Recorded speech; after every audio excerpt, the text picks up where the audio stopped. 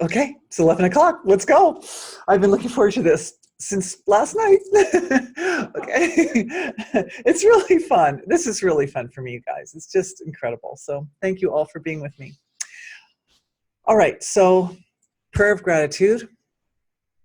Thank you to the source of creation for being the source of everything and being everything, being present in every particle of creation, being this webinar, being us, being our ancestors, being the eternal tradition of wisdom that connects the absolute and the relative, being the flow of knowledge and wisdom, and being the ability to work concisely and efficiently. We want to understand collectively and unfold the most important fundamental principles today of the manifesting process. And as we're doing so, also promote the most vital and important healings for all of us, for everyone who's here in lifetime and everybody real time and everyone who will be with us here in the future, so that we can all upgrade the standard of our consciousness in order to practice manifesting from consciousness more efficiently and more effectively. All right, thank you everybody. Such a joy to be with you. Thank you for being here. All right, so this is called Awakening Your Manifesting Abilities. And I wanted to do a little, let's see, I always do a little recap of what is energy healing for the new people. So energy healing is a process of using our attention intelligently, concisely, attention, consciousness, our pure perception, pure awareness, moving it into specific areas in the field of consciousness in order to promote fundamental changes at deep levels of the field of consciousness, of the collective field, of the field of self, the whole energy body. You know, in a lot of webinars, and you can see online and on my knowledge base, there are all kinds of techniques for like scanning, how to scan the body most effectively so you can get down to the spot that you're looking, that's necessary in order to get the effect that you want, things like that. So there are lots of good technologies that go along with the energy healing. What I'm providing is a navigational map. I'm providing a map so we know where to look and how to look. And I'm also providing the voice of the process, because usually during energy healing, the root cause of an illness or problem is at some abstract level of that field or ocean of consciousness. And so over the centuries and decades, we have this beautiful, elaborate language that we speak, English, but English doesn't always have words for everything that goes on at those really deep levels of consciousness. So it's very useful to have some terminology and some ways of understanding what's going on, because we'll feel things. Sometimes you feel things, right? But then how to describe them, and describing them is powerful, because when we can describe abstract experiences, that helps make sense of those experiences. It creates some order around the experience. And when there's order around the experience, then all of a sudden that experience is not yes, because we got other people in here who are good with their descriptions too. Once we understand it, then we can own it. Then we own it. Then we can work with it. We can master it. We can make it our own. So yes, thank you. And thank you to all of you. Like I said from last night, it was such a mind blow how well we worked together as a collective and how much new information came forward. And then this morning, as I maybe mentioned before, I got a whole bunch of new comments just overnight from people from last night who are like, oh, wow, but what about this and that? So I love it when that happens. You guys we're all engaged. It's very good. It's beautiful. All right. So that's the recap of what is energy healing. Now we'll go into today's session, which is about awakening manifesting abilities. And we want to start out with a recap of yesterday, because I don't want to leave anybody out from what we covered before. So where we started this, essentially, I'd say for our collective, and right now I'm looking out into the collective of our group to kind of, determine everyone's location in here so that we're all moving together. Our collective tends to start about where the secret leaves off, if that makes sense, because the principles of the secret in a nutshell are: have a desire in an innocent way and then let it go, and then don't have any expectations on the outcome of that desire, and then just let nature kind of bring it forth. And a lot of us find, right, that there are times when we're sort of like in the zone, right, where we're functioning in a very coherent way, and desires tend to manifest kind of quickly, right? They just pop out. And then there are other times where we have a desire, maybe have a desire for years, and that desire isn't popping out. And so that was one of the questions that came, beautiful question that came up yesterday is, how do we discriminate the difference between, first of all, between a desire which is maybe not quite worded profoundly enough for it to manifest in the form that we've given it. Because any desire, even if it's like not meant to be, has beneath it a purer form of its own nature, which is meant to be. And so sometimes you think, well, my desire is for this. And what happens is nature brings you that. And it turns out that that actually fulfills a kind of a deeper core of that original intention. I think I gave some examples yesterday. Like, wanting people to like me. And then what's really underneath that is wanting to just be in a space of knowing myself as beloved and precious. So sometimes if we try to grasp after, I want people to like me, we don't always get the result. But what can happen is those actions will lead to an experience that elicits growth of deeper self-love and understanding and appreciation. And then if people like me, fine. And if they don't like me, fine. And we'll just keep rolling as long as I like them, right? Okay. So that was part of the story. But I would like to just bring out the principles from yesterday in a much more concise manner. I had hoped that I would have time this morning to draw up some charts for you guys, but unfortunately that didn't happen. Other things happened. Breakfast for my kids and things like that happened, but I will just draw you quickly here, a couple of diagrams. So the first diagram on the back of our question sheets here, the first diagram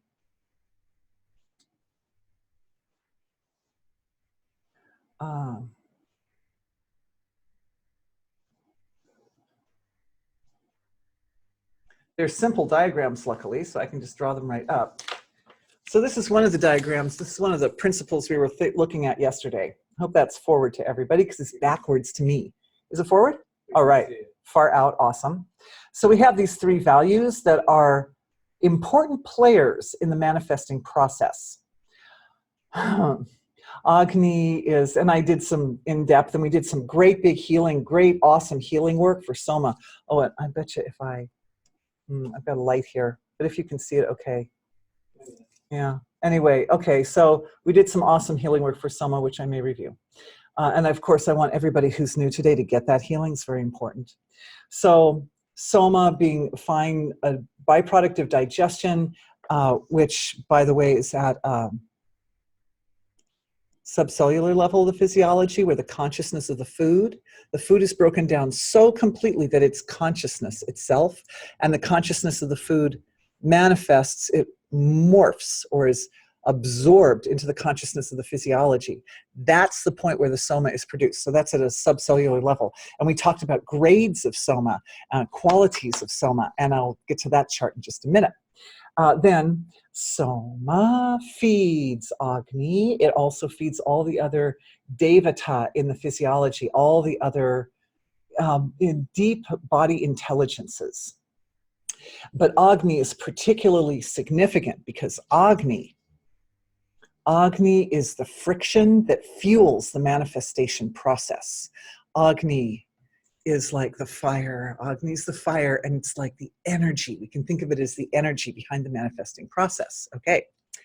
Agni, the qualities of Agni are affected by the qualities, what sort of grade of soma you have will determine what type of Agni you have. And then Agni, the quality of Agni will affect the balance of the three gunas. And the balance of the three gunas affects the quality of soma. So it's a loop that loops in on itself. And one of the points that I did not bring out yesterday, but I wanted to share with you today on that note, is that the dense material levels of creation are experienced by us in such a linear manner, such a linear fashion. So you can say, well, this gives rise to this, gives rise to this, gives rise to that. But at the abstract level of creation, there's a continuous folding of consciousness into its own nature.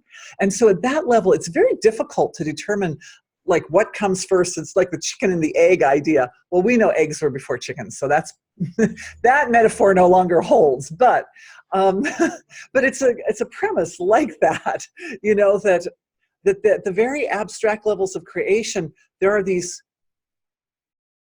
We're looking with our fine senses of perception, which, by the way, are a byproduct of the healthy agnis and the soma, right?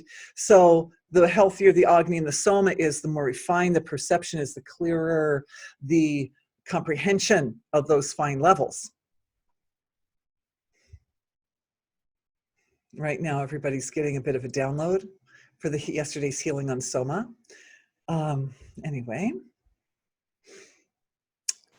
the fine level of creation, we see these different, it's almost like looking at totality from different facets, like totality is a giant diamond or something, and we can look at it from this facet or look at it from that facet or look at it from that facet. So that's why we can get forms like this, where it's hard to say which one comes first, really, because they're actually influencing each other. Okay, second diagram. I think the diagrams do kind of make it simpler, right? We hope. So we have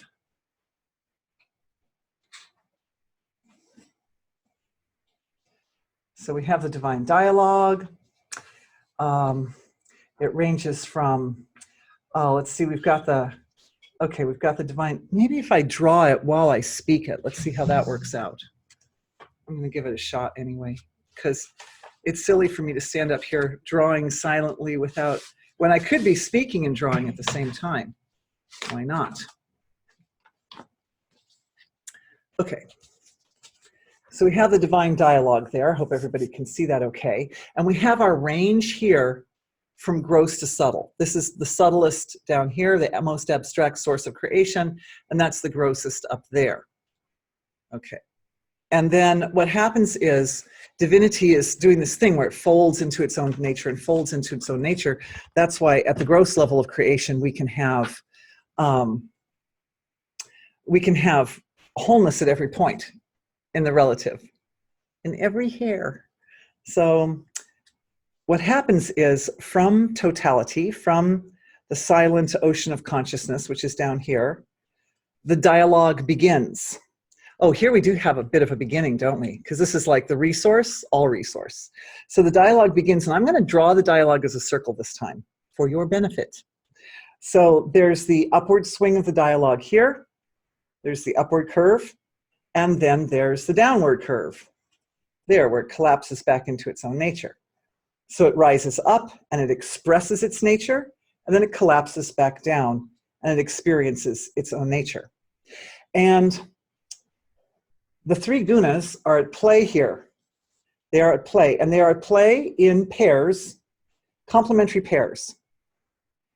When I say complementary, I mean that two of the gunas don't work well together. For those who the word guna is a new word, guna is another one of these abstract fundamental principles of manifestation, which basically are ways of understanding the function of manifestation. So the three are sattva guna. I will be putting up a blog about this, I promise. Sattva guna is the energy, diagram helping, is the energy that's of growth and newness and youth and freshness. And as the new form is rising up, you have that sattva energy. Rajaguna is the sustaining energy, and tamas guna is the one that deteriorates and dissolves everything back to its source. Okay, I know most of you guys already knew that. They pair up. But you can imagine the dissolving one and the creating one don't mix like oil and water. So you don't see them together. What you get is, and that's why the yin-yang symbol, I think, is written like that. This is my personal opinion. It's written like that because the one side is the sattva side and the other side is the tamas side, right? And they don't actually mix, but they sort of have a relationship with each other. That's why you've got the hole in the middle. I'm not going to superimpose this on this diagram because I don't want it to get too complicated. So still, the gunas pair up. So what that means is that Raja Guna is present in all 4 quadrants. And it has to be, if you think about it logically, it has to be, because from the finest level of manifestation, if the sustaining energy does not exist, then literally manifestation up and down would be so instantaneous that we wouldn't experience anything. So the sustainer is in all 4 quadrants. So we'll just go ahead and put that sustainer in there.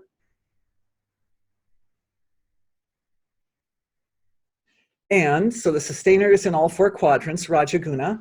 And then dominating in the first quadrant, Sattva dominates. So you've got Sattva dominating, Rajas submissive, subdominating. In the next quadrant, the sustainer dominates. In the next quadrant here, the sustainer is still dominating because he sustains, right? So he's like sustaining his own nature, you could say. And then down here, as you get close to the whole level of dissolution, you get tamoguna, tamas guna deteriorating. So it looks like that. All right, we got that one. Is the one on top supposed to be the dominant one? Yes, the way I've written it, yes. I've written this with a line so that you see that here the sattva is dominant, the rajas is subdominant, and here rajas is dominant and sattva is subdominant. So these 4 conditions of the gunas influence our body's production of soma. This is important. In that gap, and you could say the gap in the body where we produce soma is that gap where the food, we start eating the food right here, right? This is food right there, right? We take in the food and we break it down and break it down and break it down and break it down and break it down and break it down. And right about in here, this is where the soma is made, right there. And so what you get is you kind of get like a little mini version of this one right here at the base where the soma is made. Oh, I'm running out of pen because pens don't like to write up, they like to write down. But anyway, we get the idea. So down here, we have a mini version of this. See that? And you know, that's the way the universe is, right? It's always making these fractal forms and such. So in this area, what we're looking at is this. We did the healing yesterday to increase and activate this particular quadrant right here of the soma. Because you can say that the soma has different grades, different qualities. And it starts out with a very light soma here, and it gets darker as it goes around the loop.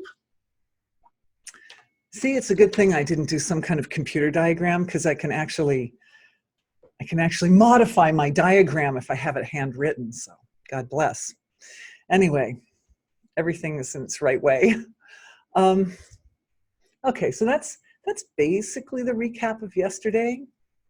There were also, most of yesterday's session, I feel, was dominated by a healing that kind of stretched from the beginning to the end of it and involved upgrading everybody's physical ability to produce soma, very, very fine, very pure qualities of soma.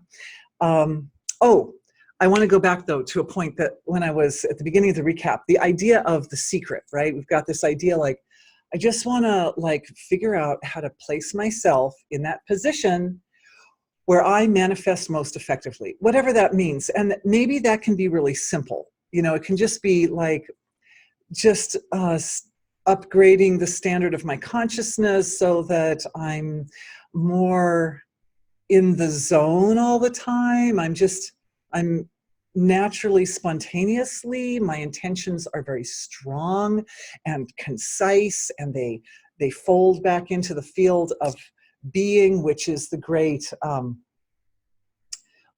resource that has all the mechanics that allow that intention to bubble to the surface. And I don't have to worry too much about how my intention bubbles to the surface. I just know that if I place myself in this one nice convenient spot, then my intentions will manifest to the surface nicely. And that is all well and good, except that when we do that, there are always exceptions. There are always exceptions. There are always times when we think we did everything right, but whatever it is doesn't manifest anyway. Or, there are always exceptions. And in the realm of exceptions, we also have interesting examples on our earth of enlightened sages and yogis and saints who are able to go in and manifest all sorts of things. You think about some of the stories about Babaji, or some of the great saints. A lot of saints manifest ash straight out of their hands. And there's a lady on YouTube who manifests gemstones out of her mouth, and they're already cut. I'm not sure how she does that, but no, I have some concepts about how she does that. She's basically producing them out of etheric energy. And the problem with, well, it's not necessarily a problem, but one of the qualities of that type of manifestation, when it's produced directly from etheric material, is that the object doesn't necessarily last more than about 18 to 24 hours. So you can manifest a gemstone. If you can get it down to the gem dealer and sell it before 24 hours, you're golden.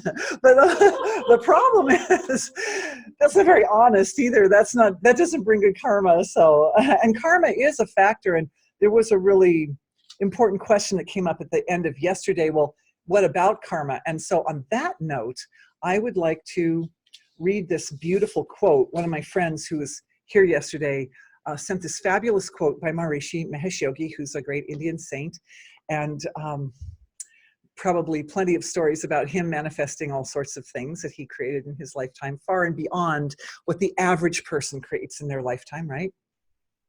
Okay, the formula for producing this is a quote by Maharishi. The formula for producing maximum results is to disregard the obstacles and negative influences which offer resistance to the performance of the action. The doer should engage in action and continue until the desired results are achieved.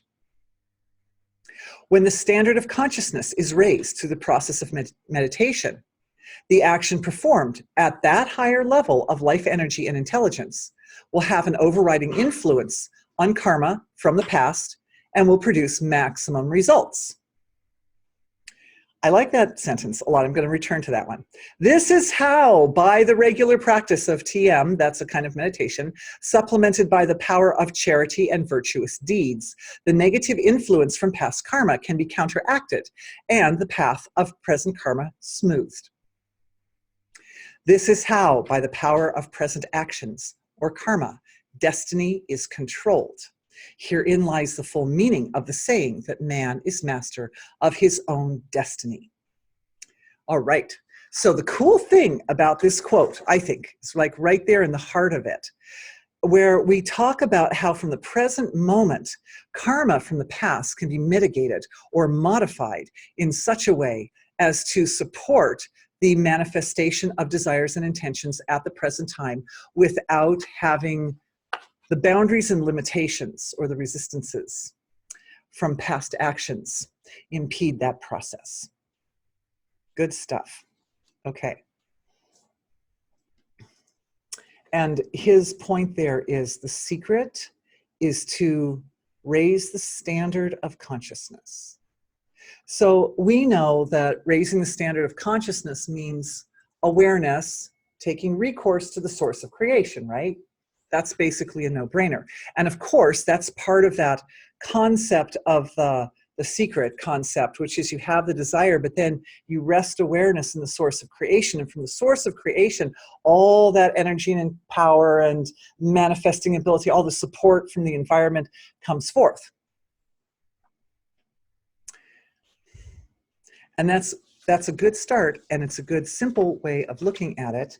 But as I said, for really advanced manifestation, we kind of need to go a little further. We do need a few more details. Oh, I see lots of questions coming in, and I've got lots of questions here too, guys. So I'm probably going to start in on questions a little early today because I want to make sure that I address everybody because it's such a juicy topic, isn't it? Yeah. Okay. I'm just going into our group. I'm just going into the group consciousness here and seeing what we can do energetically as energy healing for all of us to support.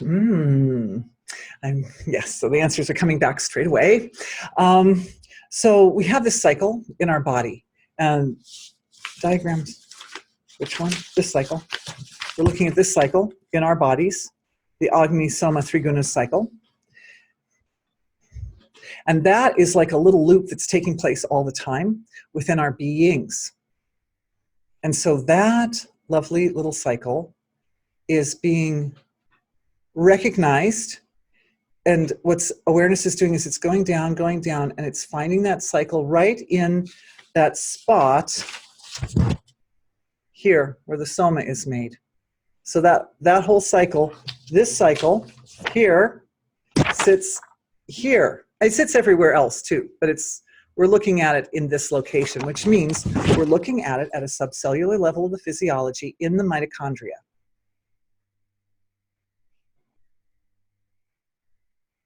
And the first thing I'm feeling is this big, luscious wave of divine adoration from the mother of creation.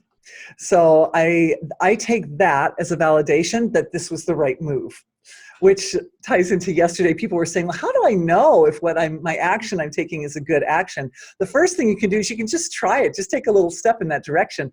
And if Mother Nature comes back with, yes, baby, yes, I love you, keep going, then that's a good sign. Yeah, right? Raised hands out there. Yeah, so this big luscious wave of beautiful light energy is coming right into that spot in the mitochondria, that little circle. And with it, there's a lot of energy. Definitely seeing an upgrade in the Agnis. The first thing I'm noticing is an upgrade in the Agni.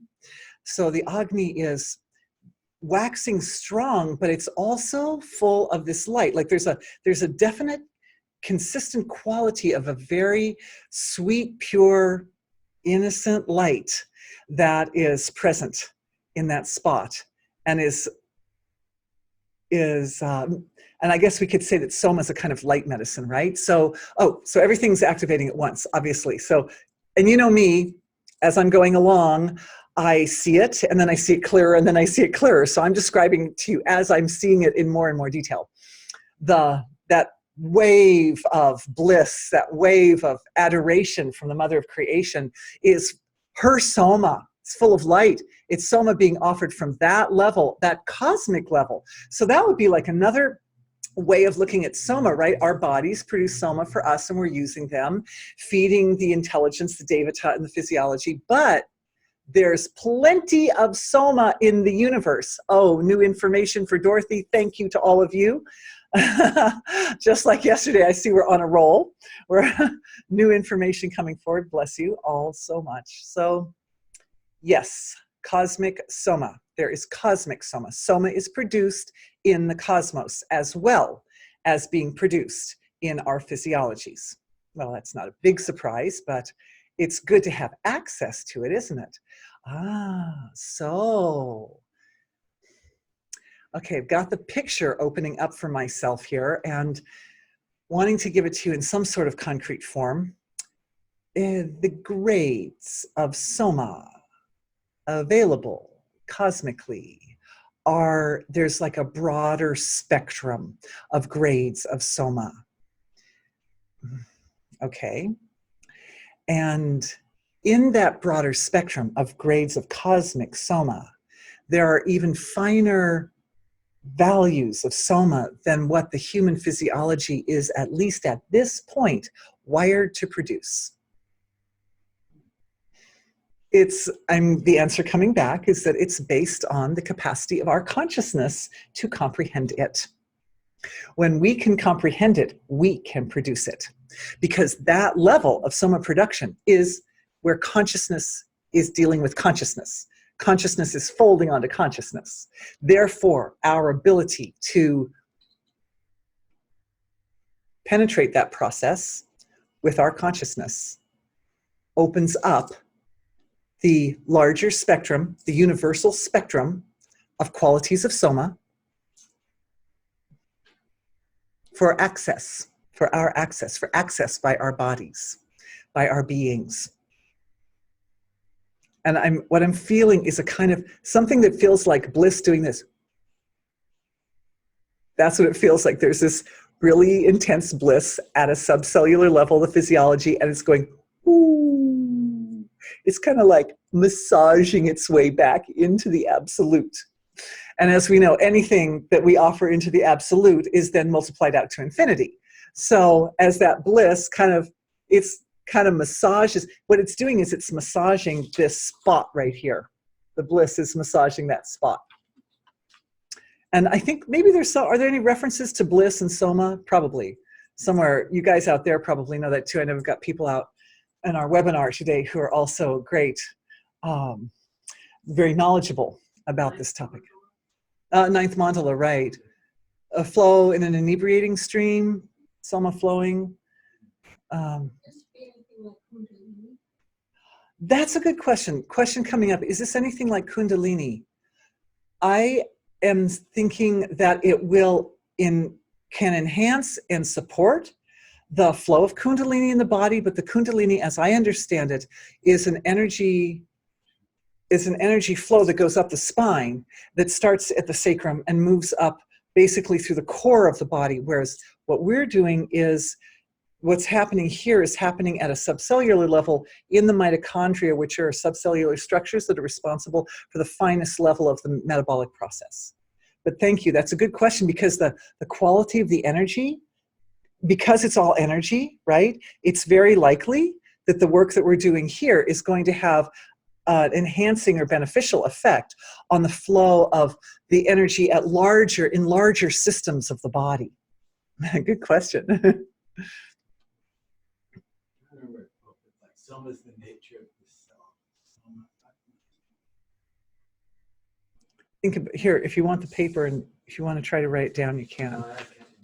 Okay. We'll keep thinking about it. If it comes up and it's good, we'll throw it in there. Okay. I'm sure it's good, Richard. I'm sure it's good. Okay.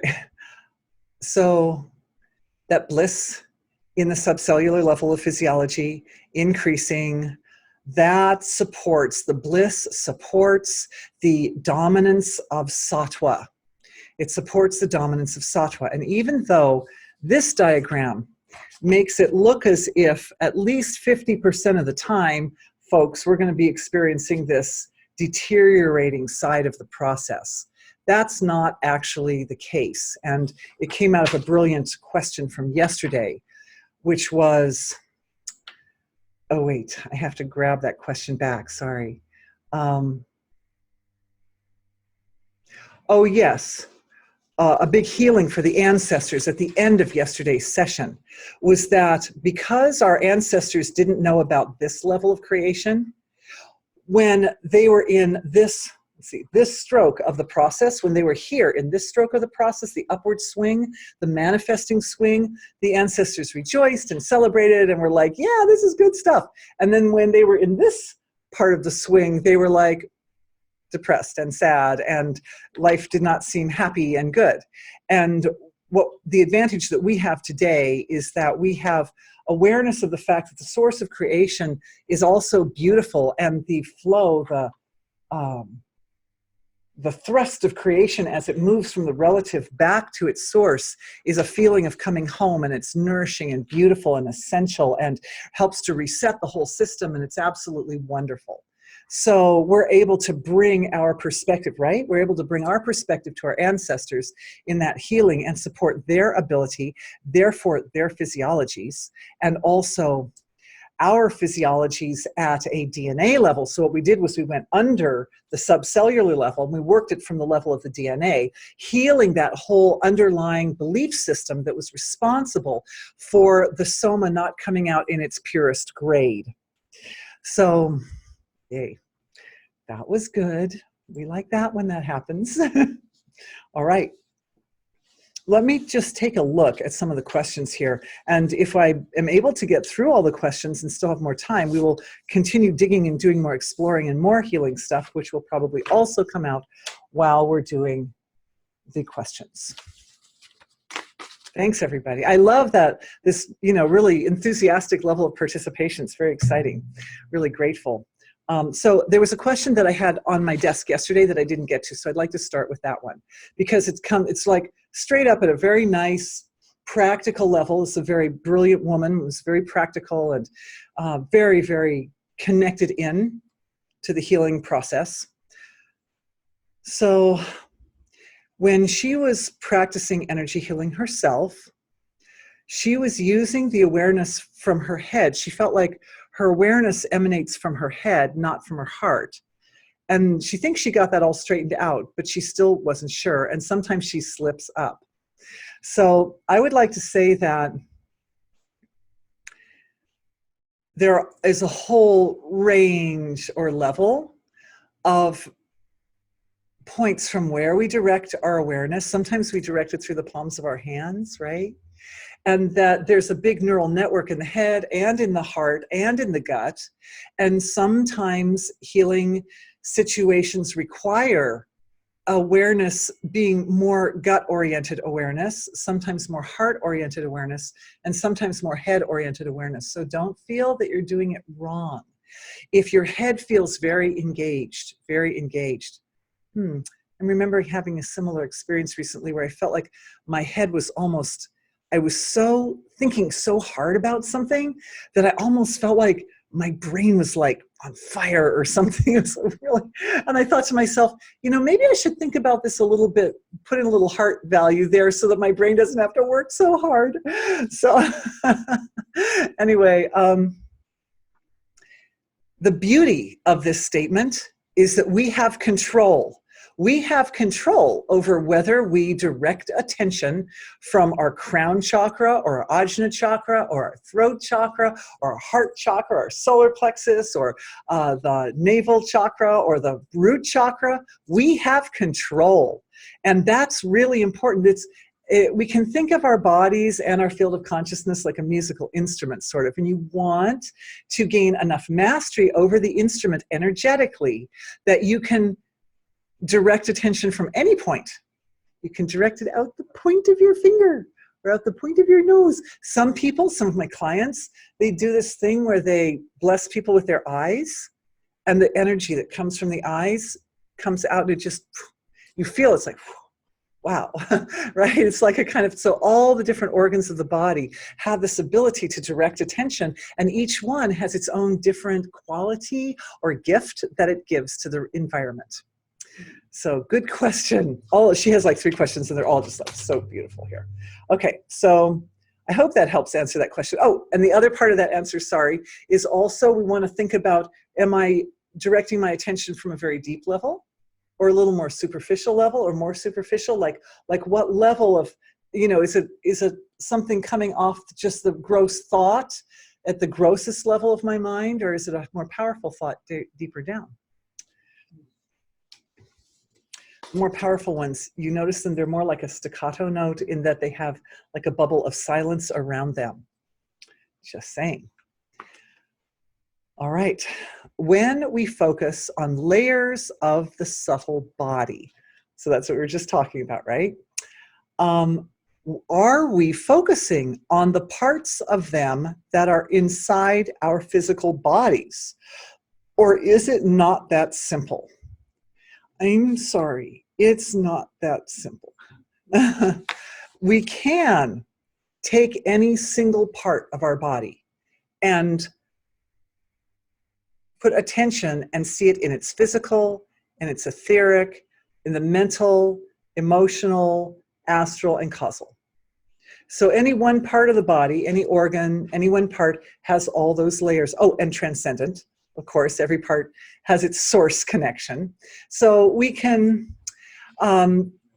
yes, here's a pen.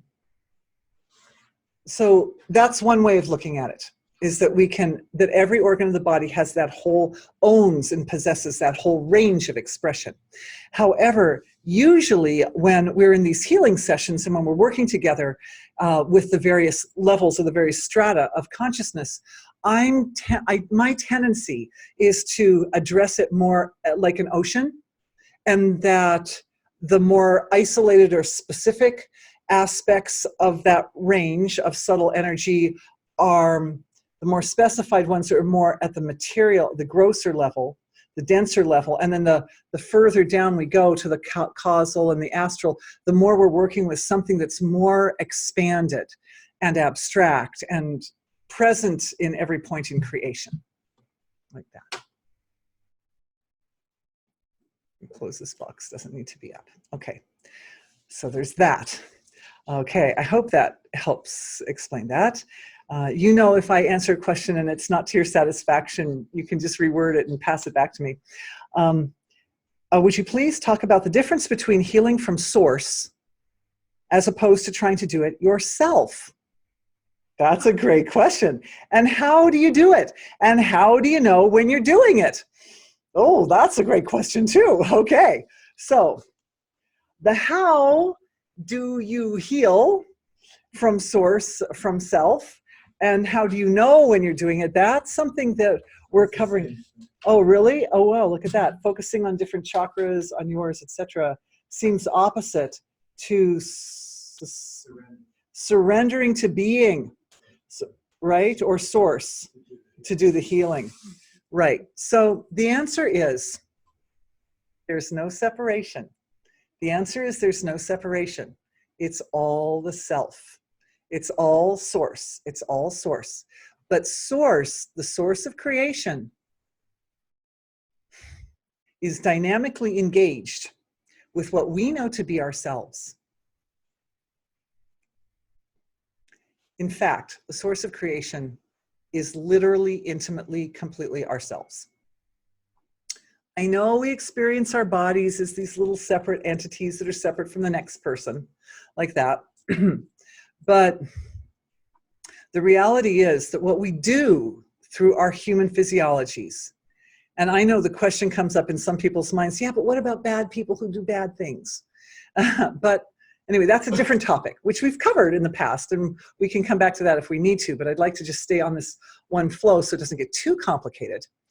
And that is that through us, source is able to do more. It is able to express more. It is able to be more. It is able to understand its own nature better by becoming more in greater and greater and finer detail, engaged and involved in everything that we do. And when we take on the activities of energy healing, we're engaging in a very subtle behavior or activity. And that is a really wonderful, like a bridge. It's kind of like a bridge activity for source, because normally what's happening is the source of creation, they say Brahman creates the creation and yet remains aloof from the creation, but then Brahman enters into the creation. So there's this principle that Brahman is able to create the creation and yet still witness that process, witness the creation, but then also enter into the creation. And again, we're at an abstract level of consciousness, right? So we're working with laws of nature that are a little different from the ones we work with at the surface. And as a result, sometimes the intellect is like, what? but in any event, the point here is, what's the difference between healing from source as opposed to healing for yourself? Well, to answer that question very simply, now that I've answered it in a complex manner, the simple answer is healing from the level of yourself, like small self, is like the leaf or the flower isn't as purple as I like, so I'm going to get out there with a paintbrush and paint it purple. And healing from source is moving from the gardener who knows to put the fertilizer and the water and get the right balance on the flower. So from the inside out, the plant itself, the nature, the laws of nature of the plant ensure that the petals are going to come out that nice, rich purple color. The point of this energy healing session is for all of us to increase everyone's ability who's here to be at the level of the gardener, at the level of nature's functioning, where the laws of nature are so well understood that the moves that we make are delicate moves. They're maybe not, right? Only Brahman is real. Brahm is the world. Ooh, that's a beautiful statement. We got hands raised up there because that's good stuff right there. You know it. You know it. You know it. So the answer is that the source is everything. And if you so choose to take an action, even a gross action, I mean, even an action on a very kind of superficial level, like say, you know, something crops up in the skin and you decide to put a Band-Aid over it. That's also being doing that. That's also being doing that. But if something crops up from the inside of the body on the skin, like the petal of the flower, right?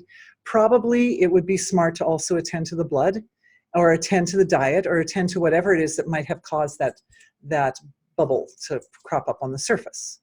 So what we're doing in these healing sessions, these webinars, is we're digging into those fine laws of nature and mechanics and examining them very closely so that we can direct our attention in the simplest possible way, right? Because we want to take nature's path. We want to take the course of least action, but we want to do it where it needs to, we want to put it where it needs to go so that as the healing process is occurring, our awareness is going into those areas of the physiology that really need the help. And it's doing so in a way that brings out, it nourishes and purifies and illuminates what's going on. Because the reason the body falls ill is the body wants us to look. Yeah, beautiful. Thank you for the validation, everybody. Okay, how do we do it?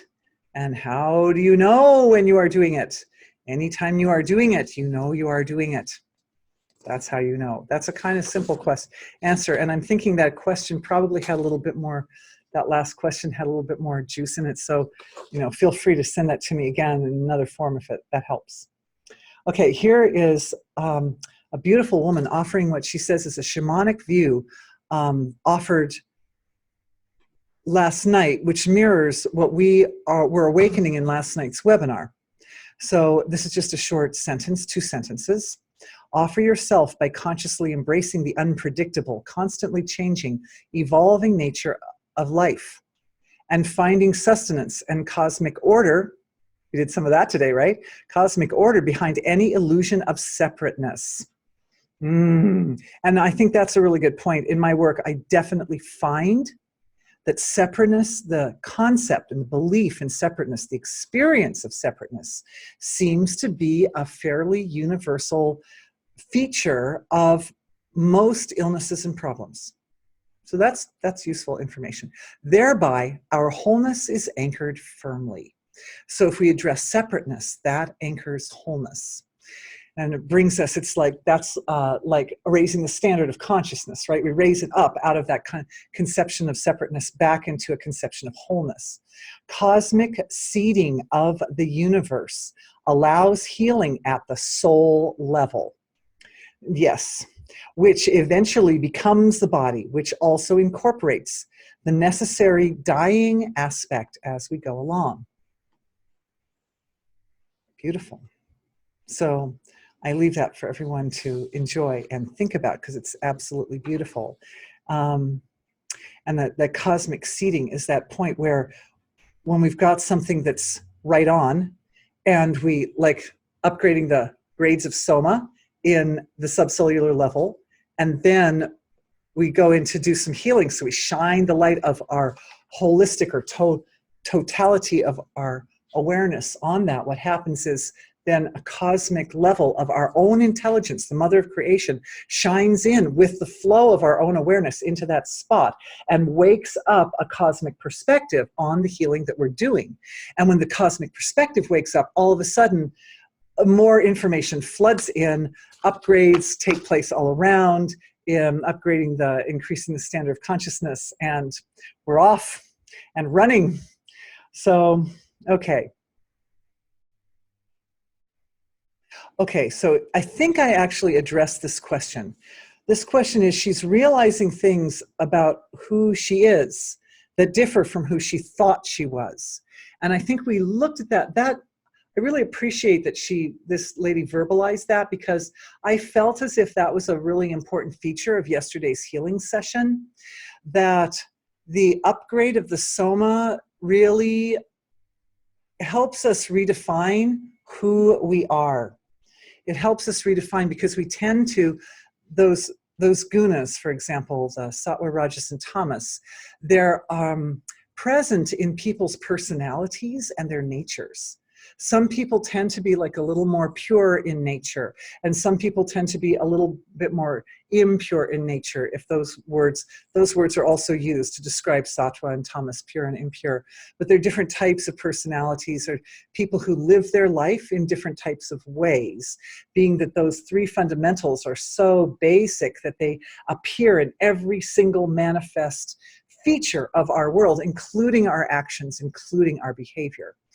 Thoughts, feelings, attitudes, thank you, beliefs. Yes, exactly.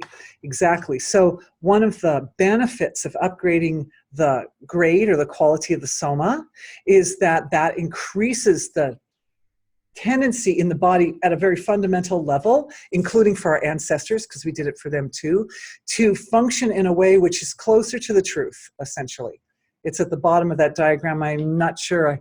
I think I might have answered those questions now. Those diagrams are in a pile somewhere, but you get the idea. So she's understanding herself now. The way she understands herself is different from who she thought she was, especially about wanting to dwell on details. Now, the fact of the matter is, last night's webinar was very detail-oriented, so I hope it wasn't just that we were so overly detail-oriented that she's like, okay, that's enough details for a while. But that's okay. Sometimes we need to stretch a little bit. I have to say I'm an advocate for stretching into details a bit. And oh yeah, please stop me if I'm misinterpreting what you mean. But because stretching is part of the evolutionary process. And I would say, do we have any diagrams here? Did I throw? Oh yeah, hey, whew, there's a diagram. This process right here, this is about where you start feeling the stretch. So at this point in the process, as the first sprouting comes forward, there's a lot of bliss and a lot of softness and a lot of just, woohoo, here we go, this is great. And when it gets up here, it starts to stretch. And I think it's at the stretching point that the real evolutionary move kicks in, which is the fold back into infinity. And that fold of awareness, that's the whole, these are the strokes of meditation, right? The fold into infinity is the first stroke. Very powerful. So the stretch is there because it's felt at that point, that transition point, as you kind of loop over the top. Thank you. That was new information for me. Thank you, everybody. I know it sounds like I already thought about that ahead, but I didn't. It's because I'm with you that I'm getting it. Thank you. I love you guys. Okay, so she thought she liked to dwell on details. But as the webinar went on, she was asking herself, what do I want? Feeling I want to go straight to the results. That's what she wants. She wants results, man. Let go of the details, which I may be getting too caught up in and making things harder than they need to be. So that feeling was a little bit new to her, and she's not trying to figure them out too much for now. But yeah, I definitely feel that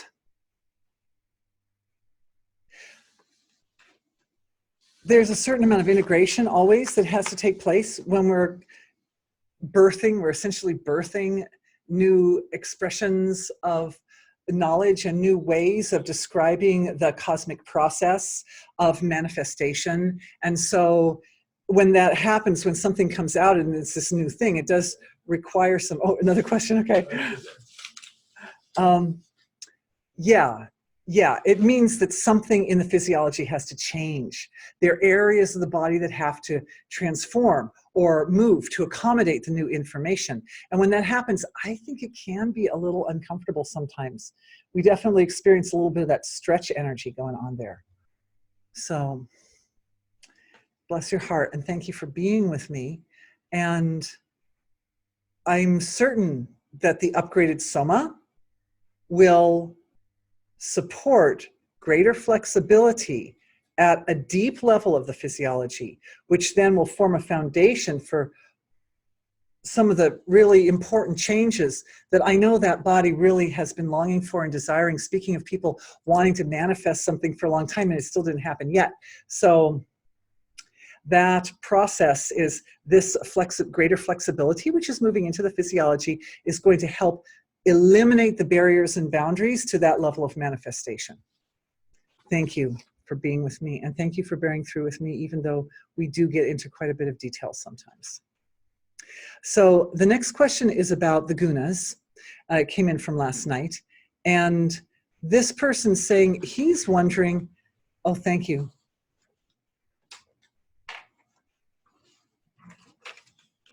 And okay, this question and this question. I think I want to do this one first, actually, because it's right here. So this question is wondering if the Jyotish transit at this time could be, it's definitely designed to create barriers and boundaries for us, so it could be possibly hindering our ability to maintain focus on the detail.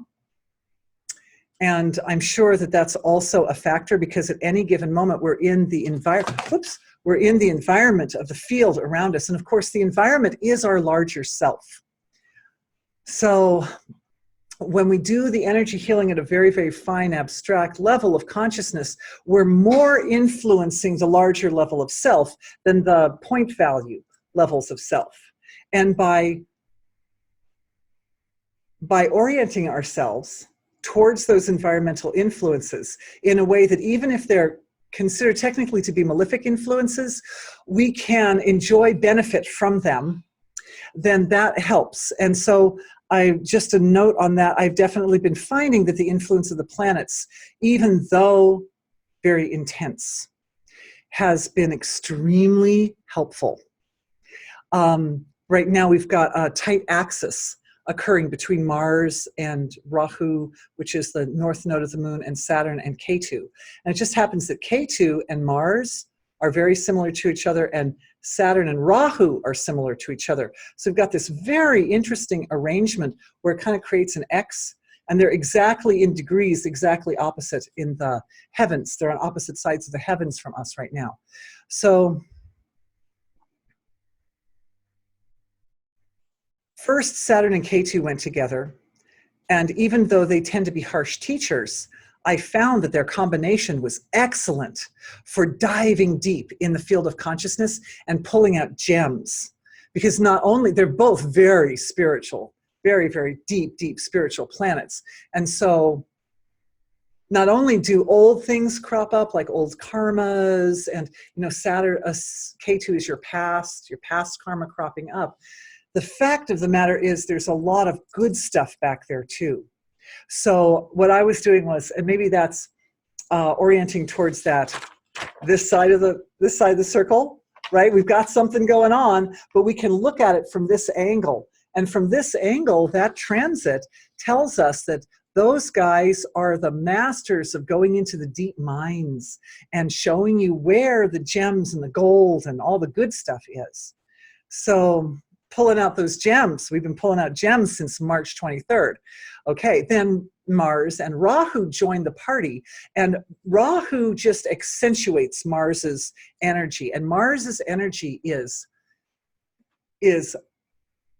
intense and decisive and powerful.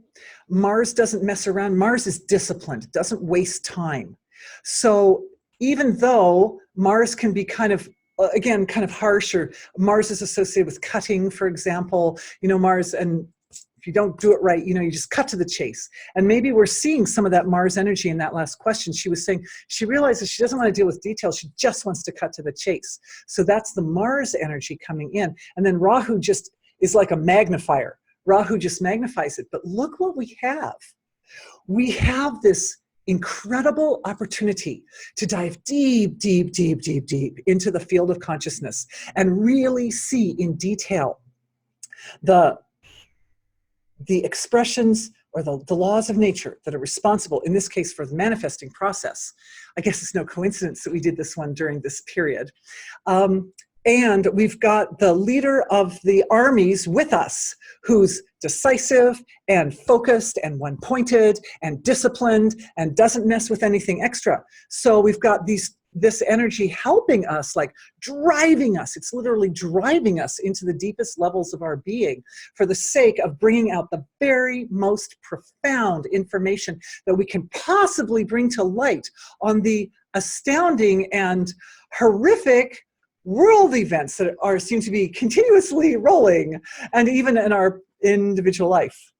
And we've got a little comment here on, I think, on that point. She's saying the details of healing are very helpful to be able to integrate the mechanics and let go of the process and settle into being, not carry the question of every aspect into the action.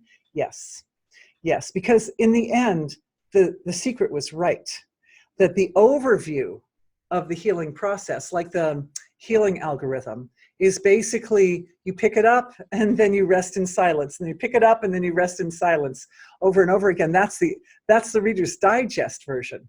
But the details help us do that with such a high level of wisdom and knowingness and understanding that it's beautiful. So this man is asking about the three gunas, and he's saying his experience or perception of them is that the one guna, you start with just one, like sattva, and then it's like all sattva, and then it morphs into rajas, which then morphs into tamas, and then comes back to rest in the silence of being, where everything is reset and transformed, and it goes back to sattva again. And I would say, yes, if we're looking at the gunas from, and this is part of the beauty of this man, he's an extremely wise and deep thinker. And so he's looking at them in their, we could say, kind of their absolute forms, the absolute forms of sattva, rajas, and tamas. So if we look at them in their absolute forms, we can isolate them out and say there's just pure sattva, just that quality of sattva in its purity, or just the quality of rajas in its purity, or just the quality of tamas. And we can even look at them as a continuum, that they're grades of sattva that eventually morph into rajas, that eventually morph into tamas, like that. However, for the sake of the manifestation process, this was another insight that I had, which I didn't get to share with you yesterday.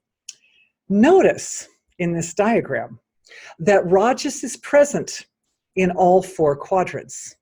I know that was probably obvious to some of you, but honestly, to me, it didn't even strike me till after I'd drawn the diagram a few times for myself, that the sustaining quality. Oh, and he also, oh God, it was so brilliant. He links these three with the qualities of Brahma, Vishnu, and Shiva. And I was doing the same thing. Yes, we were on the same page there. That Brahma is the creator, Vishnu is the maintainer, and Shiva is the destroyer. And so, yes, and that Vishnu, the maintainer, is the one that is the aspect of divinity which is called upon in order to right the wrongs, fix things. Krishna in the form of Krishna, in the form of Ram, that particular aspect. So the difference between looking at the three gunas, in my perception, we're actually looking at the same thing. That the three gunas, looking at them in that form, is a way of, remember I talked about the causal level creation? We can look at these causal structures as resonations. If you look at it as a pure resonation, you get sattva, rajas, and tamas. If you look at it as an animate form, a being, you get the gods, Brahma, Vishnu, and Shiva. And if you look at it as a space, just as a space, then as a space, one is able to enter into that space and experience it as a manifestation of self. If we look at it as the gods, Brahma, Vishnu, Shiva, then there's a tendency there to kind of see them as separate from myself. And if we look at them as principles, sattva, rajas, and tamas, we understand them from their laws of nature perspective, that we can engage sattva, right? We can choose to be with it. But if we look at them as regions or quadrants of our, that's why we have this picture. Oh, I suddenly realized, if we look at them as quadrants of the divine dialogue, what we find is that, oh, there's a pen. Any one of us at any moment is somewhere in here. Because our nervous systems experience reality in a sequential unfoldment, a linear unfoldment of moments, we can actually identify ourselves. We're going on a journey, right? I'm going to go visit, my grandfather. So I'm going to go on a journey. So there are all these different stages of the journey, and we find ourselves along these different points in the process. And so at that point, let's see, oh, I'm sorry, I'm going the wrong direction, guys. Sorry. The journey goes this way. This arrow is messing me up. Sorry. It's pointing at that. Yeah, as I go on my journey, I am basically embodying those qualities, those laws of nature. I have to be them. I am them. That's the Brahman entering into it. Yeah, I hope that makes sense. Such a brilliant question. Oh, lots of raised hands. Yeah, it makes sense to people. Woohoo! I am so grateful. Thank you. Okay. Final thought was that soma, in order for soma to be created, the related physiology should be in some good amount of balance and purity. Yes, absolutely. And I think this question, we're kind of digging into this question from many different angles through the whole webinar. So I don't think I'm gonna elaborate too much on this one. Because I think we're looking at that, especially the digestive system. But that also, all through the physiology, all the dhatus, oh, that's what came up earlier, was possibly some discussion and maybe some healing for the agnis in the body, because they're agnis that are responsible.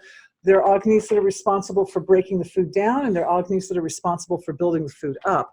And the important thing is that those agnis are balanced, and there are 4 modes of agni. One of those modes of agni is fed by the sattvic soma. It's called samagni, and it's balanced agni.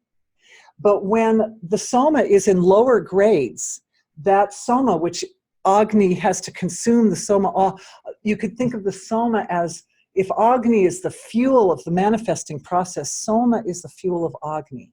So what happens is, if the soma isn't as pure, then it gives rise to agni, which can have a little bit of out of balance. It can either be, here we get, and it just goes in order, you guys. So you've got samagni here, then you've got agni that isn't strong enough.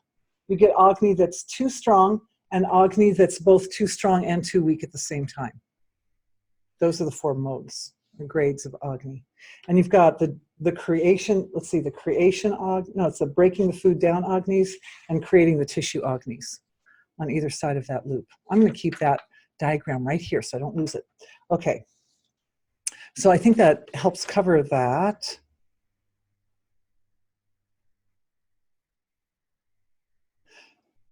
Oh, here's another point that I wanted to share with you that he made. He said that Maharishi Ji said that we should not expect absolute perfection in the relative, while good levels of soma should be possible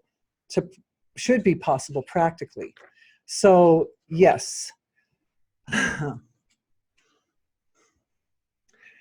we're always going to be in the relative in some way or another. So that gives us chances for all kinds of good work on many levels. Grateful. I'm just grateful to all of you. Closing those windows. Okay, here's another question. Oh, I answered those questions. Let's see. Oh, I answered that question. Good, good. Oh, we have a few more minutes. Okay, good. And then the Jyotish. Okay, so that's, yeah, let's do healing for Agni. We've got like 10 minutes. Woo! Just what the doctor ordered, right?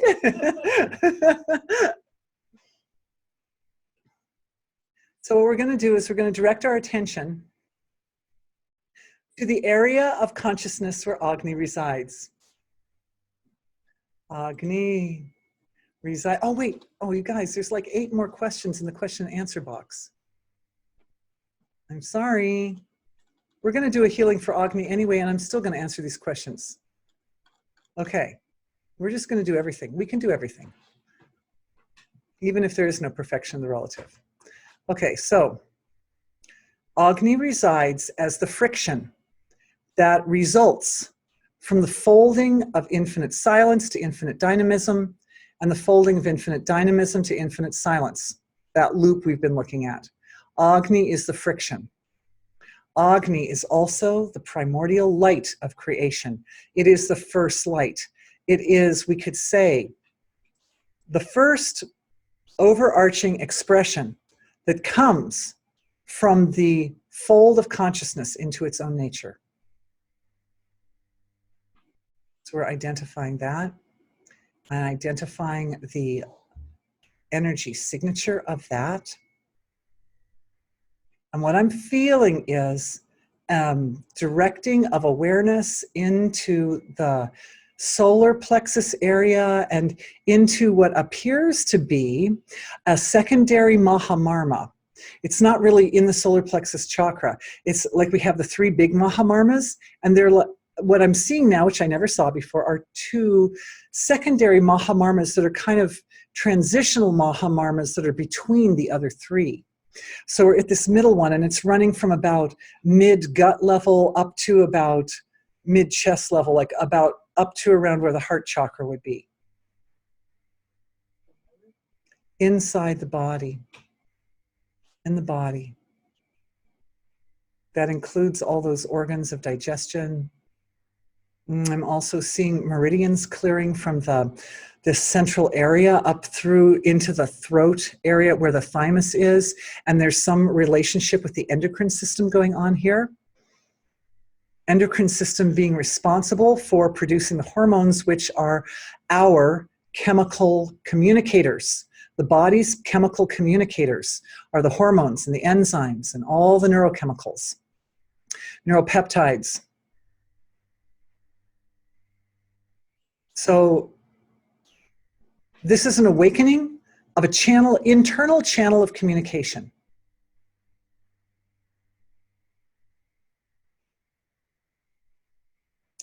The language of the body is awakening for each of us.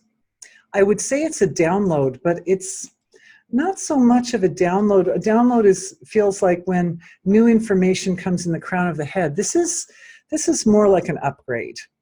This is a loop of consciousness of self from the finest level of being, looping up into, I'm looking, looks like up into the etheric, even the physical level of the body. And it's through the whole field of manifestation. And it is essentially providing an extended vocabulary for our bodies. This is related to that cosmic soma that we bumped into earlier, that there are chemicals that our body can produce, which are vastly useful and advanced and different from ones that we have been producing so far.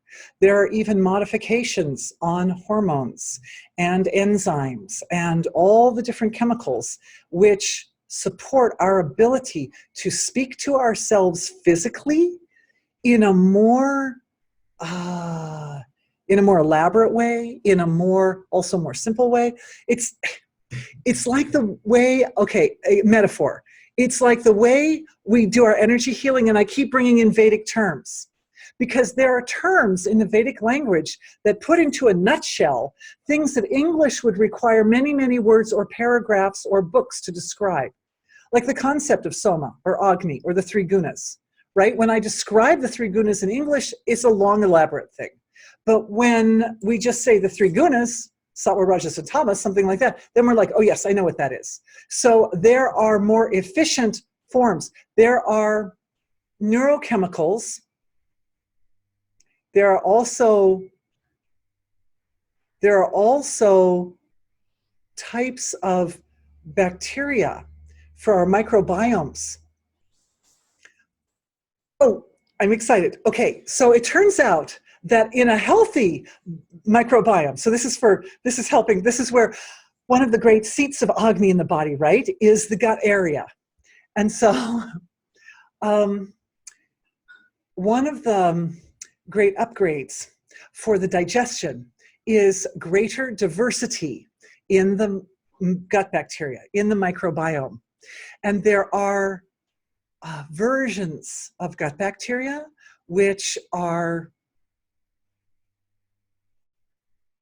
each one contributes something unique and special for our physiologies. And the way we evolve them, one of the ways we evolve them is by eating certain kinds of foods that cause the gut bacteria already present to morph or mutate and to create a wider, diverse range of gut bacteria.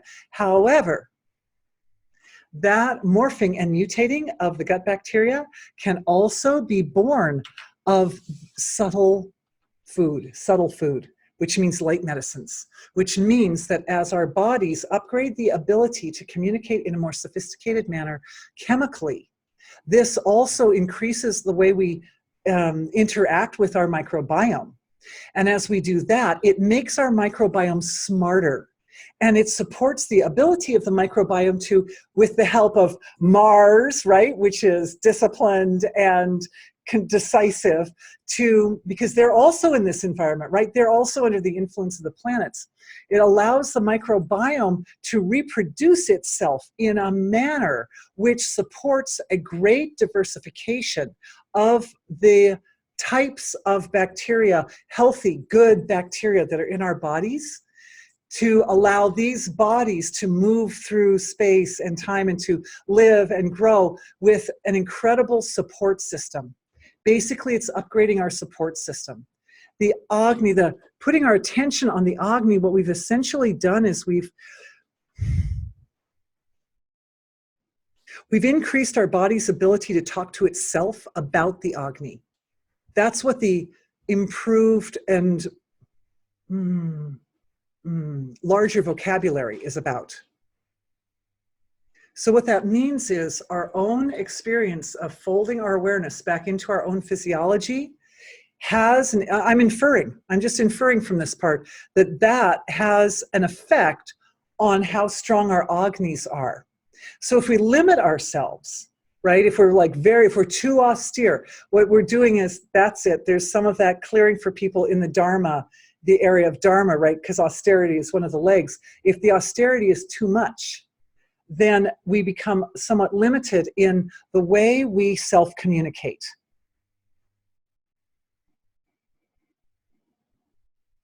I'm just feeling it. I'm feeling that as a shift in the heart area, because that's where we understand ourselves and know ourselves and experience our reality. So that increase of sophistication in the body's ability to produce different types of neurochemicals is that then in upgrading the intelligence of the gut bacteria, which is also having an effect on the heart area to expand and increase our own sense of self. And there is where this lovely thread is connecting Agni as it exists in the body to cosmic Agni. Because we know Agnis have been around since that first moment, right? And it's almost like chicken and the egg. Who's to say what came first, Agni or Narayana? But I would say that Narayana's body may be producing like the soma, Narayana being a little bit like the soma that allows Agni to grow. It's support. Yes. Another name for Agni is Yagya Narayana. So they're like, so he's saying another name for Agni is Yagya Narayana. Beautiful. Thank you for that.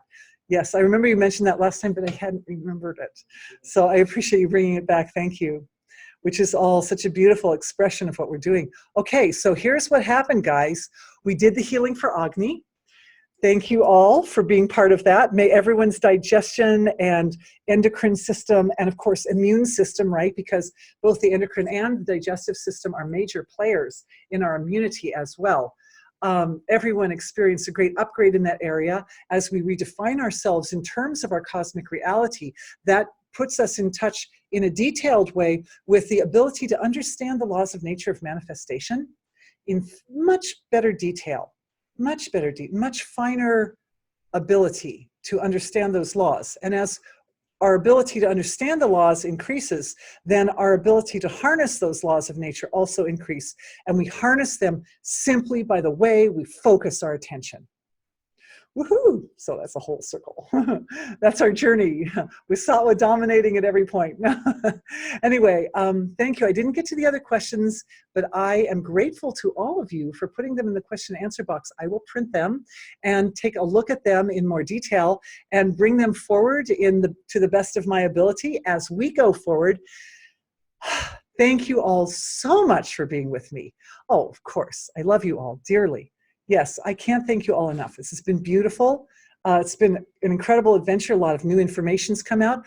Enjoy this period. The planets will be doing this thing until June 20th. So we have until June 20th to have that benefit of the decisive, clear power behind our deep mining operations to pull out the gems.